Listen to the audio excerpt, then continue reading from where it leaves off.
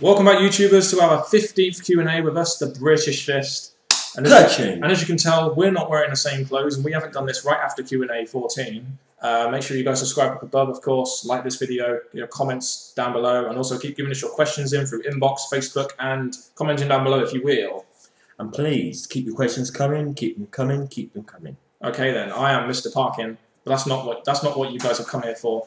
You've come here for NJ. What's up? And you've done a 180-degree what's up. You guys should be honoured. Anyway, before I go into this, make sure you do get your questions in through, preferably inbox, so we can go through in time and do them all in chronological order. And make sure you be patient because we've got a lot of questions to answer. Hopefully, we'll be answering your question in this Q&A. So, shall we start our Q&A then, NJ? Let's go for it. After getting all that out of the way with. Yeah. The Black Rock 316 is a bit of an Austin fan, I think. Maybe even Rock. He has Rock in his name. He asks us two questions. Number one, in TNA, by looking at their roster, name a few talents who you think have a hard time putting over other talents in their matches, and why?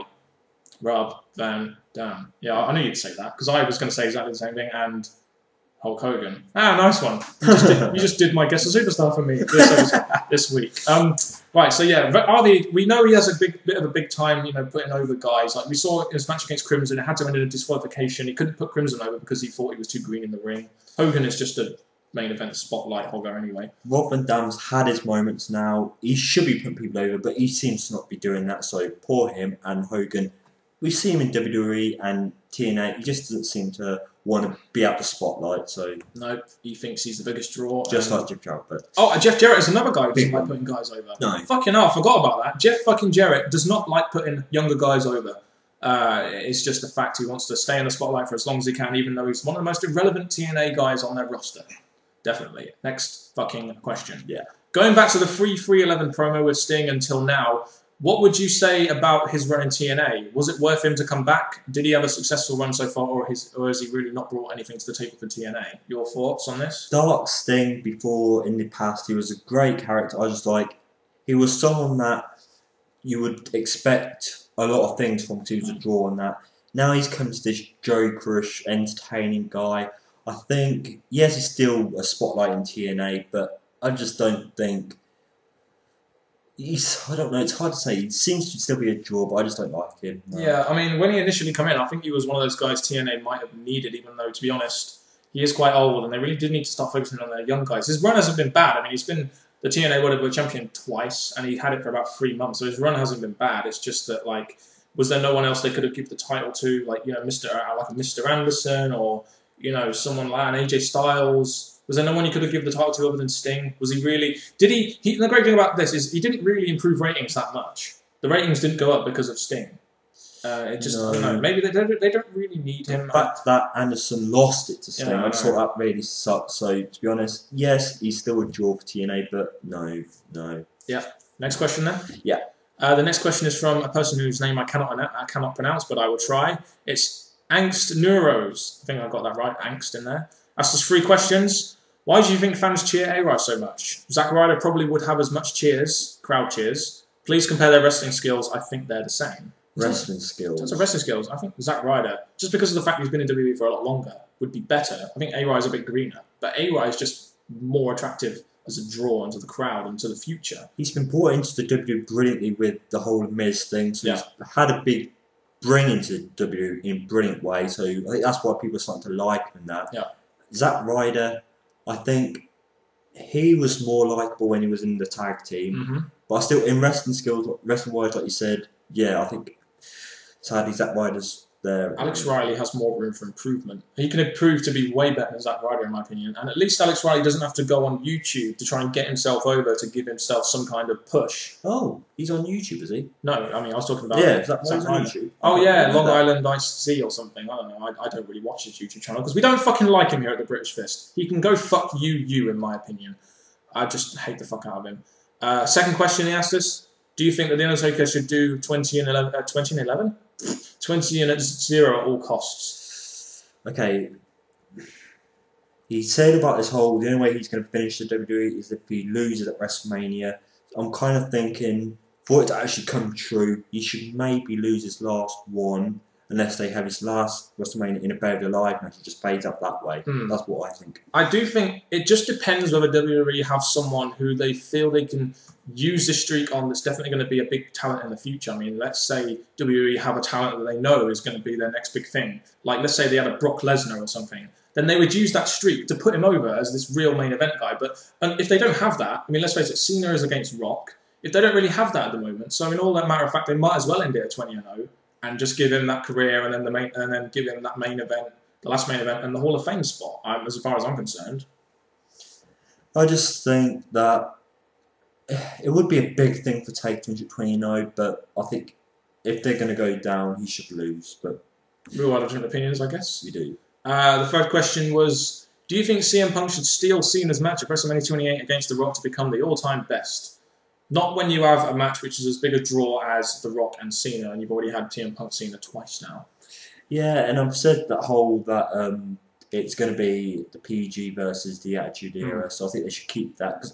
CM Punk's all over the place at the minute. He's a bit PG, he's got this reality era, so him versus Rock wouldn't have much of a pull to it as Cena and The Rock would.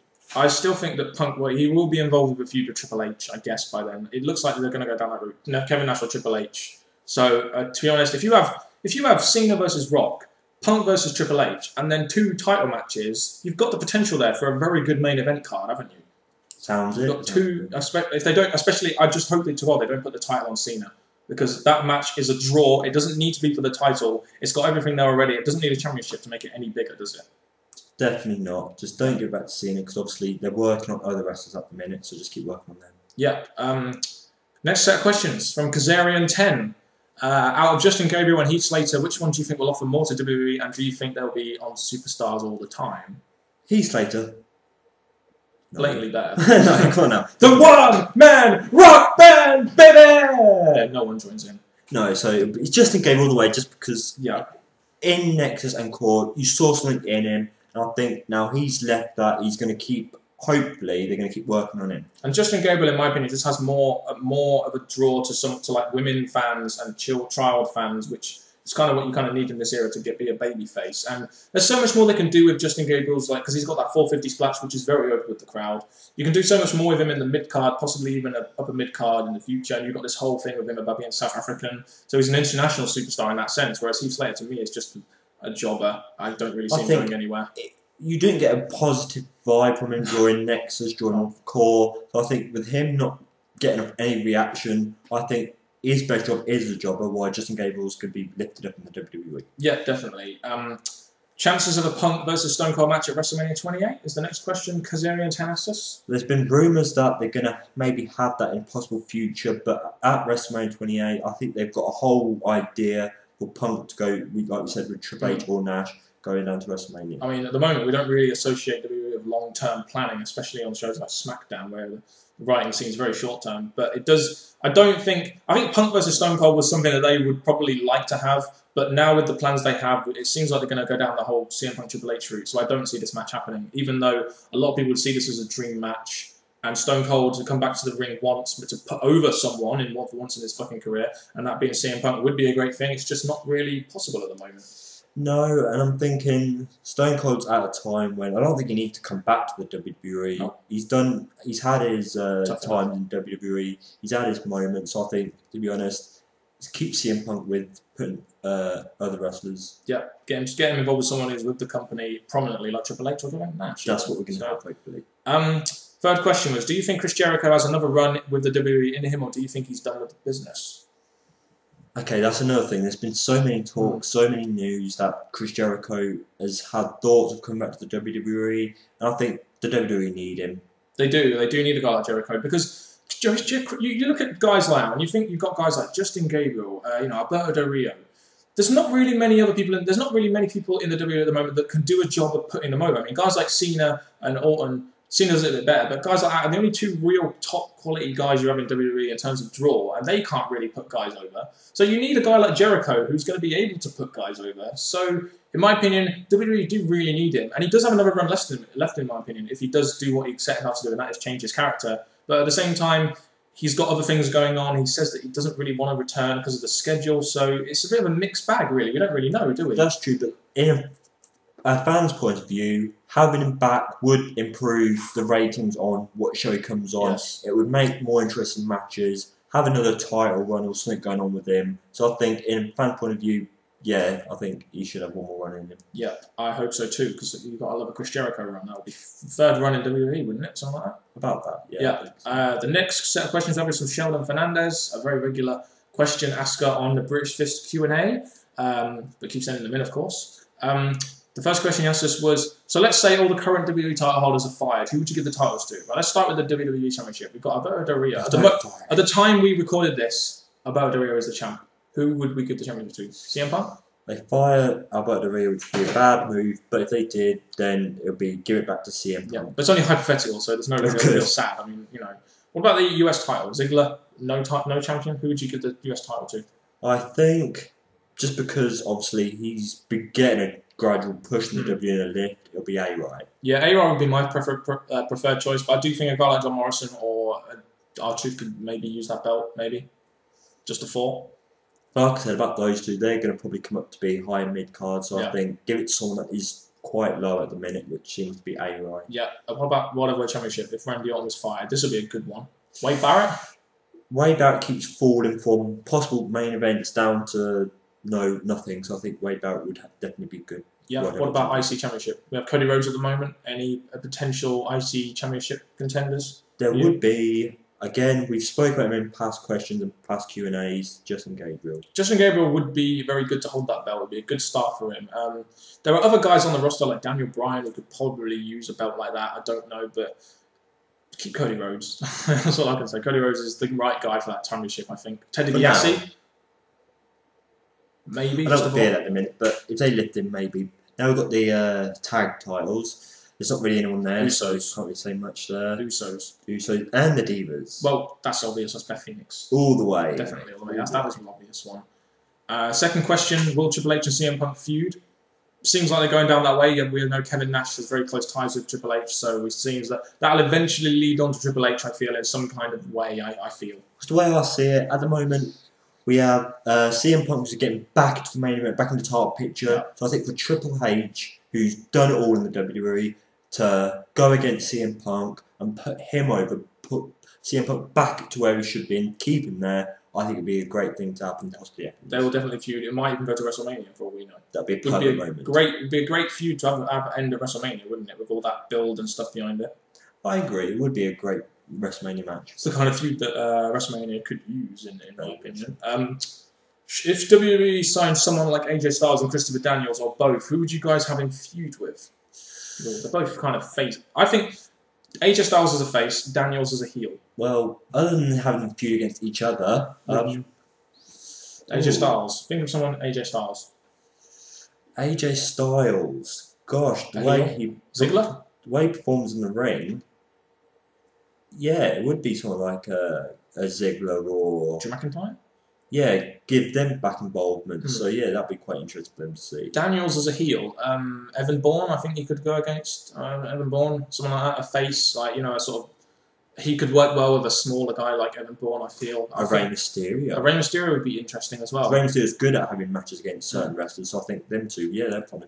What about Christopher Daniels against, think of someone on SmackDown, like a Cody, no, because he's heel, but like think of a face on SmackDown, like a Ted DiBiase maybe as a future face, or even a guy like Mason Ryan. You can work with anyone. Daniels and AJ Styles are two very adept wrestlers like Kurt Angle who could work with pretty much anyone. Yeah, so it's you can make them work. You can make them work with anyone you want, really. Big guys, little guys. True, we shared it quite this day. Yeah, in the main event, I mean, there's a lot you could do with them. It's just a shame. I don't think WWE would know, but I don't know. We'll have to see what. They won't ever be signed by WWE. I don't think. AJ, we keep saying it'd be good for him too, but at the moment he's doing great on TNA, so no. Yep. The fourth question was, this is going to be an interesting one. Now with Zack Ryder on Raw as a superstar and on SmackDown as the assistant general manager, does this mean SmackDown will have more ratings? Is having Zack Ryder showcased on 2 WWE programs a good thing or a bad thing? When you think of Zack Ryder, you don't think of ratings. So I think with him there, it's just not going to do anything. The only way you're going to get ratings out of Zack Ryder is put him into a tag team with Kurt Hawkins. Or, I mean, I think, to be honest, we should use the term subscribers here because he is on YouTube. He would increase subscribers to his YouTube. I just don't see why he's even on SmackDown or Raw. I don't know why. None of us like him. Not anymore, no. So, I don't know, do you want to do a couple more questions? We'll try and get another one in. Yeah. Sure. The next question is from Mr. Wrestling Man 1.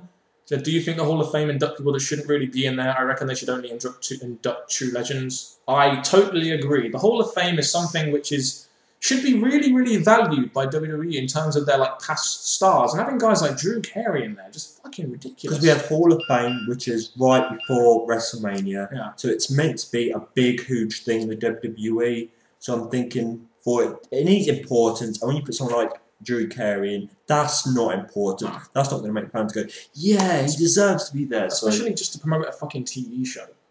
It's just disgusting. Just disgusting. Yeah, there are a lot of other guys in there that sort of didn't deserve to be in there. But I imagine. I've seen some pretty bad Hall of Fames, but I've seen some pretty good ones as well. But they should only leave Hall of Fame for true. Even if they don't have to induct many people in, leave it for true legends, like guys like Mick Foley and possible ones like we've said, The Rock. Yeah, exactly. Savage. So it needs to be ones that are actually done great in the WWE. Things that fans have loved. And the ones they put in, some of them are just not worthy. To definitely make it more value. It's valued as it is, but make it more valued by just having a lot of, people like the wrestlers that people liked, like Randy Savage in there, for example. That's it, all the way. Guys like that. But anyway, that has been another Q&A from us, the British Fist. 16 minutes of us talking about your questions. God, we love answering your questions, don't we, NJ? So make sure you keep them coming in, because we've answered your questions. We've got more to come, so tune in. Yeah, make sure you tune in next week where we'll be doing Q&A number 16, is it? Yeah, the 16th Q&A we've done. I can't believe we've got that many. We've been given that many questions. So thank you for that, people. Yeah, definitely. We do enjoy doing these Q&A, so make sure you keep sending your questions in. Also, be patient with the questions. We do have a lot of questions piling up, and we will get to them as soon as possible. Remember, this is a weekly thing. We do get more questions than we can really answer in a weekly Q&A. So that's true. Right. So make sure you guys tune in next week, of course, for another Q&A. It's been from me, Mr. Parkin, the V-neck wearing superstar from the British Fist, and then this guy who's pumping fists. It's NJ. What's up? And is now waving his fists. I don't know what's up. Anyway, that's been it from us, the British Fist. Do that if you want to support us, of course, and goodbye.